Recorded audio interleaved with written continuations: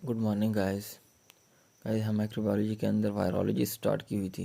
हमने पहले बैक्टीरियोलॉजी को डिस्कस किया, फिर वायरोलॉजी को डिस्कस कर रहे हैं। फिर वायरोलॉजी के अंदर हमने क्लासिफिकेशन को डिस्कस किया। फिर स्किन एरप्शन में सबसे पहला जो डिफरेंशियल डायग्नोस था वो चिकन पॉक्स था, और दूसरा हमारे पास आज है मीसल, इसको रोबियोला का नाम भी देते हैं। अच्छा जी, हमारे पास एजेंट क्या है? RNA इन्वेल्प, पैराग्मो वायरस और source infected person. Mode of transmission हमारे पास ड्रॉपलेट इन्फेक्शन है। इनक्यूबेशन पीरियड है 7 to 21 डेज, और period of infectivity 3 to 5 days before up to 5 days after skin eruption.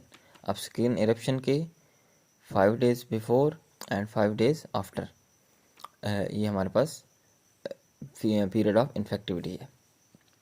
अच्छा, ये क्लिनिकल फीचर में हमारे पास प्रोड्रोमल फेज हो सकती है। Prodromal phase 3 to 5 days first, उसमें patient fever, मलेज, anorexia, flu like illness की कंप्लेन करेगा। और इसके अलावा पेशेंट के अंदर 3 C आएंगे: कफ, कंजक्टिवाइटिस और कोराइजा। कोराइजा क्या होता है? रनिंग नोज के साथ आएगा बच्चा, छोटे बच्चों के अंदर मोस्टली कॉमन होता है। अच्छा, हॉल मार्क हमारे पास क्या है? कैप्लिक स्पॉट्स होंगे। अब कॉप्लिक स्पॉट्स क्या हैं? They are the grain of salt like deposit on oral cavity. जब आप ओरल कैविटी एग्जामिनेशन करेंगे ना, वहाँ ऐसे ही महसूस होगा जैसे किसी ने नमक छेड़ा हो ना, ऊपर वाइट वाइट आपको नज़र आ रहे होंगे। इसको हमने क्या नाम देते हैं? Koplik spots. ये तो हमारे पास ही प्रोड्रोमल फेज। अब हमारे पास आ जाती है eruptive phase. Eruptive phase after 5 days, 3 to 5 days कौन सी थी? प्रोड्रोमल। आफ्टर 5 डेज हमारे पास आ रही है इरप्टिव फेज। इरप्टिव फेज क्या है? साइट है हमारे पास है cephalic in origin. Cephalic mean head, head से शुरू होती है, फिर start behind the ear, then spread downward. ये हमारे हेड से शुरू होगी और हमारे पाँव की तरफ, नीचे की तरफ जाएगी, हेड टू टो। इसको हम क्या नाम देते हैं? Cephalic to chordal. मॉर्फोलॉजी के अंदर हमारे पास क्या होगा? मैक्यूलो पॉपुलर रैशेज होंगे। डिफरेंशियल डायग्नोस हमारे पास क्लिनिकल इन्वेस्टिगेशन, सीरोलॉजी भी हो सकती है, लेकिन PCR भी हो सकता है। ट्रीटमेंट स्पोर्टिव, IV फ्लूइड हम सिंपल देना है। एंटीपायरेटिक, पेशेंट को फीवर वगैरह है तो एंटीपायरेटिक्स वगैरह देंगे, विटामिन A सप्लीमेंट देंगे, कंजक्टिवा इन्वॉल्व है, और टॉपिकल एंटीबायोटिक वगैरह देंगे। इसमें और चिकन पॉक्स के अंदर क्या था? चिकन पॉक्स के अंदर था कि centripetal in origin, centripetal to centrifugal in origin, और प्लूमॉर्फिक वहाँ थे। यहाँ क्या है? मिकोपैपुलर रैशेज है ये। और इस मीजल के अंदर हमारे पास हमेशा 3 C आएंगे, ये हमें याद रखना होगा। अच्छा, इसका आउटकम क्या है? सेम वही चिकन पॉक्स की तरह। अगर इम्यूनो कम्प्रोमाइज पेशेंट है तो उसके अंदर कम्प्लिकेशन हो जाएंगी, मेनिंजाइटिस, नमूनिया, मायोकार्डाइटिस, नेफ्राइटिस और हेपेटाइटिस। और इम्यून कम्पिटेंट पेशेंट है तो उस टाइम इम्यून रिस्पॉन्स देखेंगे। अगर इम्यून रिस्पॉन्स गुड हुआ तो हम क्या, रिकवरी क्या होगी?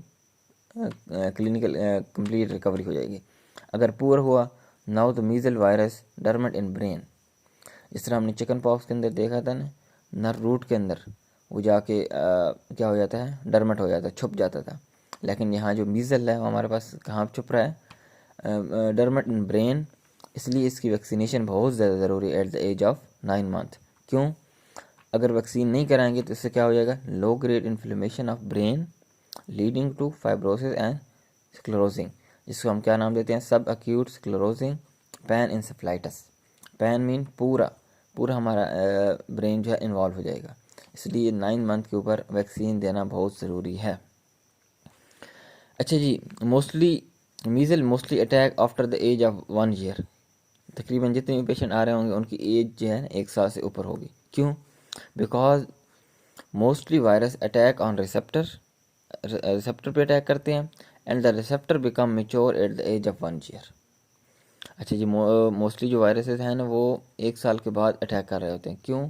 क्योंकि उन्होंने रिसेप्टर पे अटैक करना होता है और रिसेप्टर खुद मेच्योर हो रहे होते हैं 1 साल बाद। अच्छा, मीजल के अंदर प्रोफाइल एक्सेस हमारे पास क्या है? सेम, आफ्टर बर्थ के बाद injection MMR vaccine 0.5 ml subcutaneous at the age of 9 month, और बूस्टर हमारे पास कितना होगा? 15 month injection MMR 0.5 ml subcutaneous. अच्छा जी, in case of epidemic measles vaccine can be given at the age of 6 month. Normally कहाँ कितनी 9 month भी दी जाती है, लेकिन यहाँ हम 6 मंथ भी दे सकते हैं, लेकिन 6 मंथ से पहले हम नहीं दे सकते। ये मीजल की समझ आ गई आपको?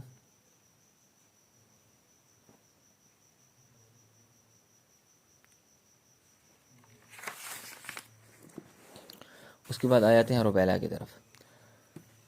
जिस तरह मीज़ल को हमने रूबियोला का नाम दिया था, इस तरह रुबेला को हम क्या नाम देते हैं, जर्मन मीज़ल का नाम भी देते हैं। वर्टिकल इन्फेक्शन है ये। हमने जब वर्टिकल इन्फेक्शन पढ़ा था ना, टॉर्च एस, टॉक्सोप्लाज्मा, और TO से हमने रुबेला पढ़ा था। फिर H से हमने HIV हो सकता है, hepatitis B virus, hepatitis C virus, S से सिफिलिस। तो टॉर्च S में हमारे पास रुबेला भी आता है, जो कि वर्टिकल इन्फेक्शन है। वर्टिकल इन्फेक्शन वो होता है जो मदर से बच्चों के अंदर हो रहा होता है। 90 to 95% of the viral infection are asymptomatic in adult. Mostly जो 90 to 95% वायरल इन्फेक्शन होते हैं ना, वो एसिम्प्टोमेटिक होते हैं अडल्ट के अंदर, बच्चों के अंदर नहीं, अडल्ट के अंदर।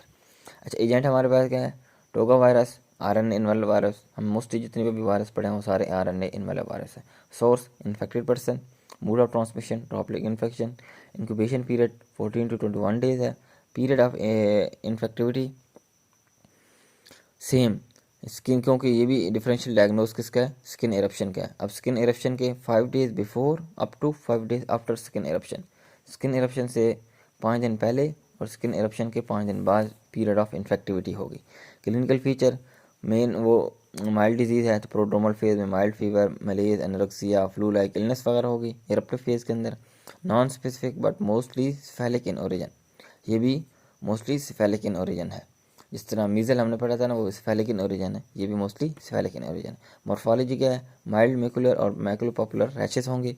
अब इसके अंदर हमारे पास क्या जो डायग्नोसिक है, जो हॉलमार्क है, जो हम जिससे हम इसको डायग्नोस कर लेंगे। पेशेंट जब भी कंप्लेन करेगा आएगा तो क्या होगा, enlargement of occipital lymph node. जब हम उसके एग्जामिन करेंगे ना ऑसिपिटल लिम्फ नोड, तो क्या होंगे, हमारे पास इनलार्ज होंगे। This is the most common feature. अच्छा जी, अब ने चिकन पॉक्स के अंदर क्या पढ़ा था कि सेंट्रीपिटल टू सेंट्रीफ्यूगल और प्लूमॉर्फिक एरप्शंस होती हैं, रैशेस, स्किन एरप्शंस होती हैं। फिर हमने मीज़ल पढ़ा था कि मीज़ल क्या है, सिफेलिक इन ओरिजिन है। और उसके अलावा हमने क्या पढ़ा था, उसके अंदर 3 C पढ़े थे, कफ, कंजक्टिवाइटिस और coryza. Coryza mean running nose, ये 3 उसमें पढ़े थे। इसके अंदर हमारे पास जो हॉलमार्क है वो है enlargement of occipital lymph node, most common feature. Complication में लार्ज जॉइंट आर्थराइटिस हो सकता है। चाइल्ड के अंदर मोस्टली माइल्ड सिम्टोमेटिक होता है, अडल्ट के अंदर एसिम्टोमेटिक होता है। But in adult mostly adult के अंदर एसिम्टोमेटिक है। लेकिन अगर फीमेल है और वो प्रेग्नेंट हो जाए, प्रेग्नेंट फीमेल उसके अंदर हो जाए, तो क्योंकि वर्टिकल इन्फेक्शन है तो उसकी वजह से रिस्क फैक्टर बहुत ज़्यादा होंगे।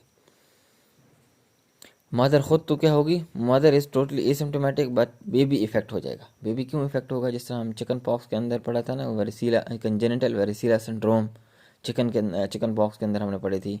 उसके अंदर क्या होता है, इसके सेम इसी तरह यहाँ पे होगा कंजेनिटल रूबेला सिंड्रोम। वहाँ भी माइक्रोसेफेली थी, यहाँ भी माइक्रोसेफेली है। वहाँ भी डिक्रीज IQ था, वहाँ भी डिक्रीज IQ है। मेंटल रिटार्डेशन वहाँ भी थी, यहाँ भी है। वहाँ क्या है, यहाँ क्या है, कंजेनिटल कार्डिक डिफेक्ट, यहाँ हार्ट इन्वॉल्व हो रहा है।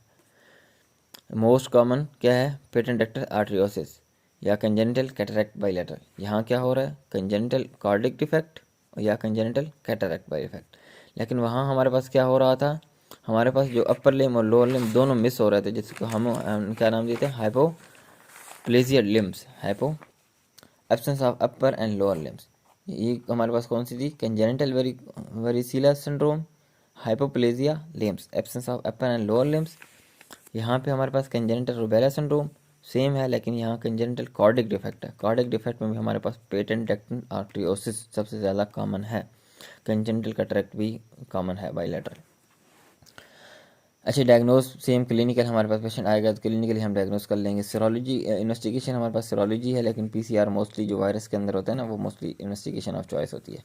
ट्रीटमेंट हमारे पास सपोर्टिव है, वही IV फ्लूइड वगैरह देंगे, अगर इन्फेक्शन वगैरह हो तो एंटीबायोटिक वगैरह देंगे। प्रोफाइलैक्सिस के अंदर injection MMR 0.5 ml subcutaneous at the age of 9 month. Non immunise female, अब फीमेल हैं जिसको इम्यूनाइजेशन नहीं हुई बचपन के अंदर, तो rubella vaccine 0.5 ml subcutaneous at the age of reproductive age group. Reproductive age group कौन सी होती है, 11 to 13 ईयर्स, जब उसकी नई नई अभी हो रही होती है, मैंने यानी मेंस्ट्रुअल साइकिल वगैरह ये सारे स्टार्ट हो रहे होते हैं उस दौरान। तो नॉन इम्यूनाइज फीमेल उसके अंदर दे सकते हैं। फिर हमारे पास आ जाती है मम्स। हमने चिकन पॉक्स को भी पढ़ लिया, मीज़ल को भी पढ़ लिया, रूबेला को भी पढ़ लिया। अब हम पढ़ते हैं मम्स। मम्स हमारे पास क्या है, एजेंट हमारे पास क्या है, proxima virus, RNA virus, source infected person, ये चाइल्ड है। मोड ऑफ ट्रांसमिशन हमारे पास ड्रॉपलेट इन्फेक्शन या स्लाइवा हो सकता है, ड्रॉपलेट इन्फेक्शन या saliva. Incubation period 7 to 21 days, period of infection 7 days before up to 9 days after the parotid swelling. इसमें आपने देख लेना है कि पीछे हमने पढ़े थे कि जितने भी पीरियड ऑफ इन्फेक्टिविटी वहाँ स्किन इरप्शन थी, लेकिन ये स्किन इरप्शन नहीं है। It cause parotitis. Parotitis mean parotid gland उसकी स्वेलिंग होगी मम्स के अंदर, और it's not a differential diagnosis of skin eruption. अब इसमें जब पीरियड ऑफ इन्फेक्टिविटी होगी 7 days before up to 9 days after parotid swelling. Parotid gland की स्वेलिंग से 7 दिन पहले और 9 दिन बाद तक ये पीरियड ऑफ इन्फेक्टिविटी होगी। अब क्लिनिकल फीचर के अंदर हमारे पास कुछ प्रोड्रोमल फेज़ है। प्रोड्रोमल फेज़ के अंदर हमारे पास फीवर, मलेज, एनोरेक्सिया होगा, और प्रोटाइटिस फेज़ हमारे पास जिसमें प्रोटेड ग्लैंड इन्वॉल्व होगा, उसके अंदर हमारे पास painful swelling on one side of face या 70% बाइलेटरल भी हो सकती है। अब इसकी कम्प्लिकेशन भी हैं, लेकिन सबसे ज़्यादा एक कम्प्लिकेशन जो है ना वो ज़्यादा ख़तरनाक है। आम कम्प्लिकेशन में मेनिंजाइटिस हो सकता है, नमूनिया हो सकता है, हेपेटाइटिस हो सकता है, एक्यूट पैंक्रेटाइटिस हो सकता है, ओफिराइटिस हो सकता है। ओफिराइटिस मीन गोनेडल ओवरीज जो होती है ना उनकी इन्फ्लेमेशन हो सकती है। आर्काइटिस टेस्टिस इन्फ्लेमेशन हो सकती है, जिसकी वजह से फ्यूचर के अंदर इनफर्टिलिटी भी हो सकती है। अगर ये इन्वॉल्व हो जाए, गोनेडल ओवरीज इन्वॉल्व हो जाए या फिर टेस्टिस इन्वॉल्व हो जाए, तो फ्यूचर के अंदर हमारे पास क्या होगा, इनफर्टिलिटी। इसके अलावा आर्थराइटिस, मायोकार्डाइटिस, ये सारे हो सकते हैं। रिकवरी रूल्स क्या है कि 100% रिकवरी है, नो मॉर्टेलिटी, और 100% सर्वाइवल है। अच्छा जी, इस मम्स पेशेंट को हो गया तो 100% जो है ना सर्वाइवल रेट है, 0% मॉर्टेलिटी रेट है, डेथ रेट। लेकिन इसकी एक कम्प्लिकेशन है जो हमने पढ़ी है, ओफिराइटिस और आर्काइटिस। ये हमारे पास बहुत ज़्यादा ज़रूरी, इसलिए हमें वैक्सीन की ज़रूरत होती है। Why vaccine is needed, because oophoritis and orchitis, ये इस कम्प्लिकेशन की वजह से इसकी वैक्सीन ज़्यादा ज़रूरी है। इसलिए जो है ना हमें इसकी वैक्सीन देनी होगी 9 मंथ के ऊपर। MMR जो हम 0.5 ml सबक्यूटेनियस दे रहे होते हैं। क्यों? क्योंकि lead future infertility. Clinical serology या PCR ज़्यादा कॉमन है।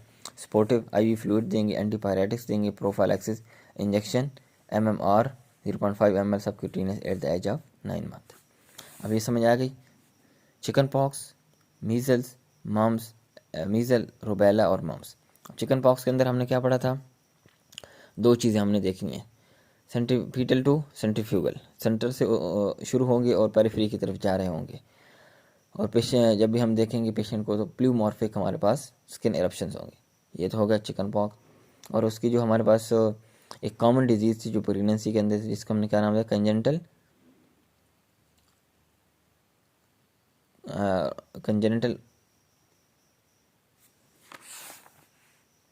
Congenital वर्सिला syndrome. इसके अंदर सारा कुछ वही microcephaly, mental retardation, decrease IQ level, लेकिन हाइपोप्लेजिया लिम्स हो जाए। यहाँ तक समझ आ गई। फिर हमारे पास आ जाते हैं मीजल्स। मीजल जिसको हमने क्या नाम दिया, रोबियोला का नाम दिया। इसके अंदर हमने 3 C देखने हैं, कफ, कंजक्टिवाइटिस, कोराइजा, और इसके अलावा सेफेलिक इन ओरिजिन। ये हमारे पास आ जाएगी। इसकी कम्प्लिकेशन हमारे पास ये डर्मेटाइटिस में होता है, ब्रेन में होता है। इसकी हमारे पास subcutaneous sclerosing pan encephalitis. Chicken pox कहाँ पे होगा, रूट ऑफ नर्व्स, वहाँ पे ये हो रहा होगा, डरमेट हो रहा होगा यहाँ पे, ये देखिए ना, इम्यूनेशन पुअर है तो कहाँ पे हो रहा है, in sensory nerve root. Sensory nerve root और सिस्टम हमने शिंगल का नाम दिया था, और शिंगल हम समय कहा था कि secondary infection of varicella zoster virus. ये सारा हमने देखा था। उसके बाद हमने मीजल को देखा। मीजल के अंदर हमने क्या देखना है, वही 3 C और सिफेरिक इन ओरिजिन। उसके अलावा हमने पास आ जाता है रूबेला। रूबेला के अंदर हमने क्या देखना है, in-laws of occipital lymph node, ये हमने देखना है। और मम्स के अंदर हमारे पास क्या आ जाएगी, प्रोटेड ग्लैंड की स्वेलिंग आ जाएगी।